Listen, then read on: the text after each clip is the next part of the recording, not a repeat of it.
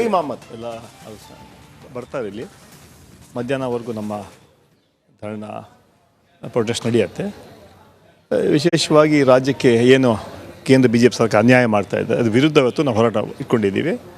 ನಿರಂತರವಾಗಿ ನಮ್ಮ ಸರ್ಕಾರ ಅಧಿಕಾರಕ್ಕೆ ಬಂದ ಮೇಲೆ ಕರ್ನಾಟಕದಲ್ಲಿ ಅನುದಾನಗಳು ಬಿಡುಗಡೆ ಮಾಡ್ತಾ ಇಲ್ಲ. ಬರೋದಕ್ಕೆ ನಾವು ಸುಮಾರು 17,000 ಕೋಟಿ ಕೊಡಬೇಕಂತ 4 ತಿಂಗಳಿಗೆ ಮುಖ್ಯಮಂತ್ರಿಗಳು ಪತ್ರ ಬರೆದಿದ್ರು ಪ್ರೈಮ್ ಮಿನಿಸ್ಟರ್ಗೆ. ಪ್ರೈಮ್ ಮಿನಿಸ್ಟರ್ ಭೇಟಿ ಕೂಡ ಆಗಿದ್ದರು. ಅದೇ ರೀತಿ ನಮ್ಮ ಮಂತ್ರಿಗಳು ಕೂಡ ಬಂದು ಭೇಟಿ ಮಾಡಿ ಕೂಡಲೇ ಬಿಡುಗಡೆ ಮಾಡಿ ಸುಮಾರು 223 ತಾಲೂಕುಗಳಿಗೆ ಬರ ಇದೆ ಅಂತ ಹೇಳಿದ್ರು ಕೂಡ ಇಲ್ಲಿವರೆಗೂ ₹1 ಬಿಡುಗಡೆ ಮಾಡಿಲ್ಲ. ಯಾಕಂದರೆ ಈ ರಾಜ್ಯದಿಂದ ನಿರ್ಮಲಾ ಸೀತಾರಾಮನ್ ಅವರು ರಾಜ್ಯಸಭಾ ಕೂಡ ಆಗಿದ್ದಾರೆ. ಕೇಂದ್ರ ಮಂತ್ರಿ ನಿರ್ಮಲಾ ಸೀತಾರಾಮನ್ ಅವ್ರಿಗೂ ಕೂಡ ಆಹ್ವಾನ ಮಾಡಿದಿರಿ, ಬನ್ನಿ ಕರ್ನಾಟಕ ಅನ್ಯಾಯ ಆಗ್ತಿದೆ, ನೀವು ಕೂಡ ನಮಗೆ ಕೈ ಜೋಡಿಸಿ ಅಂತೇಳಿ. ಬರ್ತಾರೆ ಅನ್ನೋ ನಿರೀಕ್ಷೆ ಇದೆಯಾ? ತಾಯಿ ಹೃದಯ ಮಿಡಿಲಿಲ್ಲ ಕರ್ನಾಟಕಕ್ಕೆ. ಕರ್ನಾಟಕದಿಂದ ರಾಜ್ಯಸಭೆ ಆಗಿ ಕೇಂದ್ರ ಮಂತ್ರಿಯಾಗಿ 1 ಪೈಸೆ ಬಿಡುಗಡೆ ಮಾಡಿಲ್ಲ. ನಾಚಿಕೆ ಆಗಬೇಕು ಇವ್ರಿಗೆ. 25 ಜನ BJP MP ಇದ್ದಾರೆ, 5 ಕೇಂದ್ರ ಮಂತ್ರಿ ಇದ್ದಾರೆ. ಏನು ಮಾಡ್ತಾರೆ? ಕತ್ತ ಕಾಯ್ತಾರೆ ಅವರು. ಕರ್ನಾಟಕಕ್ಕೆ ಏನು ಕಷ್ಟ ಇದೆ? ಏನು ಕಾಂಗ್ರೆಸ್ ಪಕ್ಷಕ್ಕೆ ಅಥವಾ ಕಾಂಗ್ರೆಸ್ ಕಾರ್ಯಕರ್ತರಿಗೆ ದುಡ್ಡು ಕೇಳ್ತಾ ಇದ್ದು ನಾವು?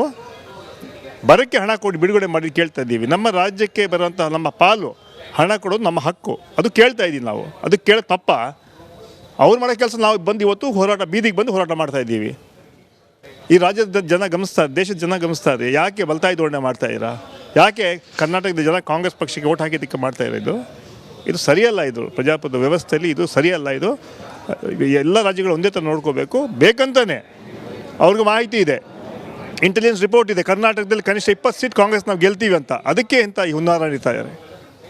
ಇದೊಂದು ದೊಡ್ಡ ಷಡ್ಯಂತ್ರ ನಡೀತಾ ಇದೆ ನಮ್ಮ ಕರ್ನಾಟಕದ ರಾಜ್ಯದ ಇತಿಹಾಸದಲ್ಲೇ ಮೊಟ್ಟ ಮೊದಲ ಬಾರಿಗೆ ಇಡೀ ಸರ್ಕಾರದ ನಾಯಕರು ದೆಹಲಿಗೆ ಆಗಮಿಸಿ ಒಂದು ಪ್ರತಿಭಟನೆಯಲ್ಲಿ ಪಾಲ್ಗೊಳ್ತಾ ಇರುವಂಥದ್ದು, ಪ್ರತಿಭಟನೆ ನಡೆಸ್ತಾ ಇರುವಂಥದ್ದು. ಇದು ರಾಜ್ಯದ ಅನ್ಯಾಯದ ಕೂಗು ಇಡೀ ದೇಶಕ್ಕೆ ಕೇಳಬೇಕು ಅನ್ನೋ ಕಾರಣಕ್ಕೋಸ್ಕರನ, ಅಥವಾ ಲೋಕಸಭಾ ಚುನಾವಣೆ ಇದೆ ಅನ್ನೋ ಒಂದು ವೈಬನ್ನು ಕ್ರಿಯೇಟ್ ಮಾಡೋದಕ್ಕೆ, ಅಥವಾ ಎಲ್ಲೋ ಒಂದು ಕಡೆ BJP ನಾಯಕರು ಏನು ಆರೋಪವನ್ನು ಮಾಡ್ತಾರೆ, ಲೋಕಸಭಾ ಚುನಾವಣೆ ಎದುರಾಗ್ತಾ ಇದೆ ಹಾಗಾಗಿ ಇವರು ಒಂದು ಹೈಪ್ ಕ್ರಿಯೇಟ್ ಮಾಡ್ಕೊಳ್ಳೋದಕ್ಕೆ ಈ ರೀತಿಯಾಗಿ ಮಾಡ್ತಿದ್ದಾರೆ ಅನ್ನೋ ಕಾರಣಕ್ಕೋಸ್ಕರ ನಮ್ಮ ಹೋರಾಟ ನಮ್ಮ ರಾಜ್ಯದ ಪರವಾಗಿ. ನಾವೇನು ನಮಗೇನು ಇಡೀ ದೇಶ ನೋಡಬೇಕಂತ ಎಲ್ಲ. ನಮ್ಮ ಹೋರಾಟ ಕರ್ನಾಟಕಕ್ಕೆ ಏನು ಅನ್ಯಾಯ ಆಗ್ತಾಯಿದೆ ಅದು ಸರಿ ಮಾಡಬೇಕಂತ ನಮ್ಮ ಹೋರಾಟ ನಾವು ಮಾಡ್ತಾ ಇದ್ದೀವಿ. ಚುನಾವಣೆ ಬಗ್ಗೆ ಅವ್ರು ಯೋಚನೆ ಮಾಡ್ತಾರೆ, ನಾವು ಜನರ ಬದುಕು ಬಗ್ಗೆ ಯೋಚನೆ ಮಾಡ್ತಾ ಇದ್ದೀವಿ. ಇವತ್ತು ಕರ್ನಾಟಕದಲ್ಲಿ ಸರ್ಕಾರ ಅಧಿಕಾರಕ್ಕೆ ಬಂದ ಮೇಲೆ 7 ತಿಂಗಳಲ್ಲಿ ನುಡಿದಂತೆ ನಾವು ನಡೆದಿದ್ದೀವಿ. 5 ಗ್ಯಾರಂಟಿಗಳನ್ನ ಅನುಷ್ಠಾನಕ್ಕೆ ತಂದಿದ್ದೀವಿ ನಾವು. ಅದು ನೋಡ್ಕೊಂಡು ಸಹಿಸ್ಕೊಳ್ಳೋಕೆ ಆಗ್ತಾ ಇಲ್ಲ. ನಾವು ಯಾಕೆ ಏನು ಕೇಳ್ತಾ ಇದ್ದೀವಿ? ನಾವು ಕೇಂದ್ರ ಸರ್ಕಾರಕ್ಕೆ ಪತ್ರ ಬರೆದು ತಪ್ಪ? ಮುಖ್ಯಮಂತ್ರಿಗಳು ಬರೋಕ್ಕೆ 17,000 ಕೋಟಿ ನೀವು ಬಿಡುಗಡೆ ಮಾಡಿ ಜನ ಕಷ್ಟದಲ್ಲಿದ್ದಾರೆ ಅಂತ ತಪ್ಪ? ಅದು ಯಾವ ಕೆಲಸ ಅವ್ರು ಮಾಡಬೇಕಾಯಿತು ಆ ಕೆಲಸ ನಾವು ಮಾಡ್ತಾ ಇದ್ದೀವಿ ಇವತ್ತು. ಅಲ್ಲ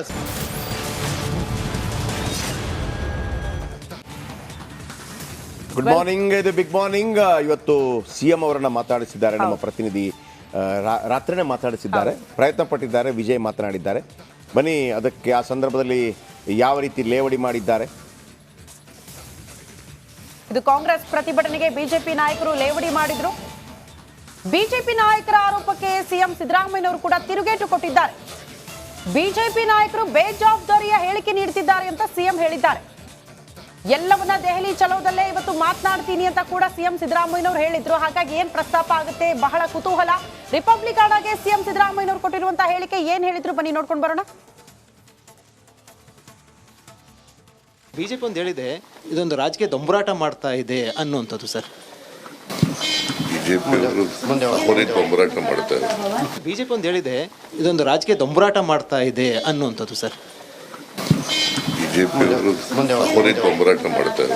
BJP ಒಂದು ಹೇಳಿದೆ, ಇದೊಂದು ರಾಜಕೀಯ ದೊಂಬರಾಟ ಮಾಡ್ತಾ ಇದೆ ಅನ್ನುವಂಥದ್ದು ಸರ್. BJP ಒಂದು ಹೇಳಿದೆ, ಇದೊಂದು ರಾಜಕೀಯ ದೊಂಬರಾಟ ಮಾಡ್ತಾ ಇದೆ ಅನ್ನುವಂಥದ್ದು ಸರ್. ಮುಖ್ಯಮಂತ್ರಿಗಳು ಬರುವಂತ ಸಂದರ್ಭದಲ್ಲಿ ವಿಜಯ್ ಮಾತನಾಡಿದ್ದಾರೆ. ಈಗ ಮೋದಿ ಅಲೆ ವರ್ಚಸ್ಸು, ರಾಮ ಮಂದಿರ, ಹಿಂದುತ್ವವಾದ ಇದೆಲ್ಲವೂ ಕೂಡ ದೊಡ್ಡ ಮಟ್ಟದಲ್ಲಿ ಅಲೆ ಎದ್ದಿದೆ. ಜನರ ಮನಸ್ಸಲ್ಲಿ ಮೋದಿ ಅವರು ಮತ್ತೊಮ್ಮೆ ಆಯ್ಕೆ ಆಗಬೇಕು ಅನ್ನುವಂಥ ಭಾವನೆ ಇದೆ ಅನ್ನುವಂಥ ಲೆಕ್ಕಾಚಾರ. ಒಟ್ಟಲ್ಲಿ ಕಾಂಗ್ರೆಸ್ ಈಗ ದೊಡ್ಡ ಮಟ್ಟದ ಹೋರಾಟ ಮಾಡ್ತೀವಿ, ಕೇಂದ್ರದಿಂದ ಅನ್ಯಾಯ ಆಗ್ತಾ ಇದೆ, ಈ ವಿಚಾರ ಮುಂದಿಟ್ಕೊಂಡ್ರೆ ಕಾಂಗ್ರೆಸ್ ಅಲೆ ಪ್ರಾರಂಭ ಆಗುತ್ತೆ ಅನ್ನುವಂಥ ನಂಬಿಕೆಯಲ್ಲಿದ್ದಾರೆ ಕಾಂಗ್ರೆಸ್ ನಾಯಕರು. ಈಗ ಒಂದಂತೂ ಬಹಳ ಸ್ಪಷ್ಟ, ಇಲ್ಲಿ ಹನುಮತ್ ಧ್ವಜ ಗಲಾಟೆ ಆಯ್ತು ಅಲ್ವಾ? ರಾಮ ಮಂದಿರದ್ದು ಬಹಳ ದೊಡ್ಡ ಸದ್ದು ಮಾಡ್ತಾ ಇತ್ತು. ಈಗ ಅದು ಕೇಳಿ ಬರ್ತಾ ಇಲ್ಲ. ರಾಮ ಮಂದಿರಕ್ಕೆ ವಿಷಯ ಡೈವರ್ಟ್ ಆಯ್ತು. ನಂಬರ್ 1. ಹಾಗಂತ ರಾಜ್ಯಕ್ಕೆ ಕೇಂದ್ರ ಅನ್ಯಾಯ ಮಾಡಿಲ್ವಾ ಅಂತ ನೀವು ಪ್ರಶ್ನೆಯನ್ನು ಕೇಳಿದರೆ, ಅಂದರೆ ಈ ದುಡ್ಡು ಕೊಡೋದ್ರಲ್ಲಿ ಕೇಂದ್ರ ಅನ್ಯಾಯ ಮಾಡ್ತಾ ಅಂದ್ರೆ ಎರಡು ಬರುತ್ತೆ. ಒಂದು ಹಣಕಾಸು ಆಯೋಗದ ವಿಚಾರ, GST ಕೌನ್ಸಿಲ್ ಬೇರೆ, GSTಗೂ ಇದಕ್ಕೂ ಸಂಬಂಧ ಇಲ್ಲ. GST ದುಡ್ಡು ಹೋಗುತ್ತೆ ಬೇರೆ, GST ಕೌನ್ಸಿಲ್ ಬೇರೆ, ಆಮೇಲೆ ಹಣಕಾಸು ಆಯೋಗ ಈ ವಿಚಾರ ಬೇರೆ. ನಂಬರ್ 1 ಅದು ಪ್ರತ್ಯೇಕ.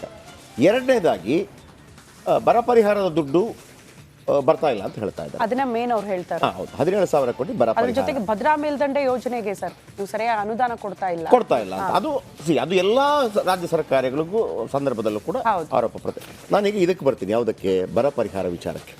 ಬರ ಪರಿಹಾರ ಯಾರು ಕೊಡಬೇಕು? ಕೇಂದ್ರ ಕೊಡಬೇಕು, ಕೊಡಲೇಬೇಕು, ಕೊಟ್ಟೆ ಕೊಡ್ತದೆ. ಅದನ್ನು ತಪ್ಪಿಸ್ಕೊಳಕ್ಕೆ ಹೋಗೋಕೆ ಆಗೋದಿಲ್ಲ. ಇವರೇನು ಹೇಳ್ತಿರೋದಂದ್ರೆ ಈಗಲೇ ಬಿಡುಗಡೆ ಮಾಡಿ ಅಂತ. ಆ ಥರ ಬಿಡುಗಡೆ ಮಾಡೋಕ್ಕೆ ಕೇಂದ್ರಕ್ಕೂ ರೈಟ್ಸ್ ಇಲ್ಲ, ಕೇಂದ್ರ ಹಂಗೆ ಮಾಡೋದಿಲ್ಲ. ಆಮೇಲೆ ಮನಸ್ಸು ಮಾಡಿದರೆ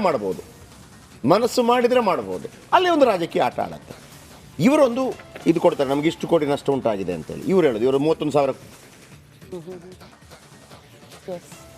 ಮತ್ತೊಂದು ಅಪ್ಡೇಟ್ ಲಭ್ಯವಾಗ್ತಾ ಇದೆ ಸರ್. ಸಾಕಷ್ಟು ಬೆಳವಣಿಗೆಗಳು ಆಗ್ತಾ ಇರೋದ್ರಿಂದ ಕಾಂಗ್ರೆಸ್ ನಾಯಕರಿಂದ ಮತ್ತೆ ದೇಶ ವಿಭಜನೆಯ ಕೂಗು. ಸುರೇಶ್ ಆಯ್ತು, ಈಗ ವಿನಯ್ ಕುಲಕರ್ಣಿ ಅವರ ಮಾತು. ಮತ್ತೆ ದೇಶ ವಿಭಜನೆಯ ಕುರಿತಾಗಿ ಪ್ರತ್ಯೇಕ ರಾಷ್ಟ್ರ ಆಗುವ ವ್ಯವಸ್ಥೆ ಬರಬಹುದು ಅನ್ನೋದನ್ನ ವಿನಯ್ ಕುಲಕರ್ಣಿ ಅವರು ಹೇಳ್ತಿದ್ದಾರೆ. ರಿಪಬ್ಲಿಕ್ ಆಡಾಗೆ ಶಾಸಕ ವಿನಯ್ ಕುಲಕರ್ಣಿ ಅವರ ಹೇಳಿಕೆ. ಒಟ್ಟಲ್ಲಿ ದೇಶ ವಿಭಜನೆಯ ಜಪ ಮಾಡ್ತಿದ್ದಾರೆ ಕಾಂಗ್ರೆಸ್ ನಾಯಕರು ಅನ್ನುವಂತ ಪ್ರಶ್ನೆ. DK ಸುರೇಶ್ ಅವರ ಮಾತಿಗೆ ದೊಡ್ಡ ಮಟ್ಟದ ಆಕ್ರೋಶ ವ್ಯಕ್ತವಾಗಿತ್ತು. ಅದನ್ನ ಸರಿಪಡಿಸೋ ನಿಟ್ಟಿನಲ್ಲಿ ಈಗ ಕಾಂಗ್ರೆಸ್ ಪ್ರತಿಭಟನೆಗೆ ಮುಂದಾಗಿತ್ತು. ಅದರ ಬೆನ್ನಿಗೆ ವಿನಯ್ ಕುಲಕರ್ಣಿ ಅವರ ಸರದಿ. ಕಾಂಗ್ರೆಸ್ ಇಂದು ಪ್ರತಿಭಟನೆಯನ್ನ ಮಾಡ್ತಾ ಇರುವಂಥದ್ದು ಕೇಂದ್ರ ಸರ್ಕಾರ ಅನುದಾನ ಖಂಡಿಸಿ, ಅನುದಾನ ತಾರತಮ್ಯವನ್ನು ಖಂಡಿಸಿ ಸಂಬಂಧಪಟ್ಟ ಮಾತಾಡೋಕ್ಕೆ ಶಾಸಕರಾದಂಥ ವಿನಯ್ ಕುಲಕರ್ಣಿ ನಮ್ಮ ಜೊತೆ ಇದ್ದಾರೆ. ಸರ್, ಪ್ರತಿಭಟನೆ ಮಾಡ್ತಾ ಇರುವಂಥದ್ದು ಈ ಪ್ರತಿಭಟನೆಯಿಂದ ಪರಿಹಾರ ಸಿಗುತ್ತೆ ಅಂತ ಅನ್ಸುತ್ತಾ? ನೋ ಡೌಟ್ ನಮ್ಮ ನೋವನ್ನಾದರೂ ಹೇಳಬೇಕಾಗತ್ತಲ್ಲ. ನಮ್ಮ ನೋವು ಏನೈತೆ ಅನ್ನೋದನ್ನು ನಾವು ಜನರಿಗೆ ತೋರಿಸ್ಬೇಕಾಗತ್ತೆ. ನಮ್ಮ ರಾಜ್ಯಕ್ಕೆ ಏನು ಅನ್ಯಾಯ ಆಗುತ್ತೆ ಅನ್ನೋದು ದೇಶಕ್ಕೆ ತೋರಿಸ್ಬೇಕಾಗುತ್ತೆ. ಆ ವಿಚಾರದಿಂದ ಇವತ್ತು ನಾವು ಪ್ರತಿಭಟನೆ ಮಾಡೋದು. ರಾಜಕೀಯ ಸ್ಟಂಟ್ ಇದು ಅಂತ ಅವ್ರಿಗೆ ನಮ್ಮ ರಾಜ್ಯದ ಬಗ್ಗೆ ಏನಾರ ಗೌರವ ಇದ್ರೆ, ನಮ್ಮ ರಾಜ್ಯದ ಬಗ್ಗೆ ಒಂದು ಡೆವಲಪ್ಮೆಂಟ್ ಬಗ್ಗೆ ಕಳಕಳಿ ಇದ್ರೆ, ಅವ್ರು ಒಂದು ಸಲ ಎಲ್ಲ ವಿತ್ ರೆಕಾರ್ಡ್ನಾಗ ತೆಗೆದು ಅವರು ನೋಡಿದರೆ ಅವ್ರಿಗೆ ತಿಳಿಲಿಲ್ಲ ಅಂದರೆ ಒಳ್ಳೆ ಯಾರು ಎಕ್ಸ್ಪರ್ಟ್ಸ್ ತೋರಿಸಿ ತಿಳ್ಕೊಂಡ್ರೆ ಭಾಳ ಒಳ್ಳೇದು, ಸೂಕ್ತ ಆಗೋದು ಅಂತ ಹೇಳಕ್ಕೆ ಇಷ್ಟಪಡ್ತೀನಿ. ಇದೇ ರೀತಿ ಏನು ದಕ್ಷಿಣ ಭಾರತ ರಾಜ್ಯಗಳಿಗೆ ಅನ್ಯಾಯ ಆದರೆ ಪ್ರತ್ಯೇಕ ರಾಷ್ಟ್ರ ಅನ್ನುವಂಥದ್ದು ಕೂಡ ತಮ್ಮ ಸಂಸದರು ಹೇಳಿರುವಂಥದ್ದು, ಅಂದರೆ ಈ ರೀತಿ ಭಾವನೆ ಬರುತ್ತಂತ ಏನು ಅನ್ಸುತ್ತೆ ವಿನಯ್ ಕುಲಕರ್ಣಿ ಅವರಿಗೆ? ಅಲ್ಲ ಸಹಜ ಅಲ್ರಿ, ಯಾಕಂದ್ರೆ ಏನಾಗುತ್ತೆ, ಪದೇ ಇದು ಅನ್ಯಾಯ ಆಗ್ತಾ ಇತ್ತಂದ್ರೆ ನಮ್ಮ ರಾಷ್ಟ್ರ ಒಂದು ಬದಲಿ ಮಾಡ್ಕೊಳ್ಳೋಂಥ ವ್ಯವಸ್ಥೆ ಬರುವಂಥ ವ್ಯವಸ್ಥೆನೂ ಬರ್ಬೋದು. ಯಾಕಂದ್ರೆ ಈಗಾಗಲೇ ಆ ವ್ಯವಸ್ಥೆ ಬರುವಂಥದ್ದು ಕೂಡ ಇನ್ನು ನೋಡಿದಾಗ ಆಶ್ಚರ್ಯ ಅನ್ಸುತ್ತೆ. ಯಾವತ್ತು ಈ ದೇಶದಲ್ಲಿ ಒಬ್ಬ ಮುಖ್ಯಮಂತ್ರಿ ಆದರೂ ಆ ರಾಜ್ಯದಲ್ಲಿರುವಂಥ ಎಲ್ಲ ಪಕ್ಷ ಎಲ್ಲ ಪಾರ್ಟಿಯವರಿಗೂ ಸಮನಾಗಿರ್ಬೇಕಾಗತ್ತೆ.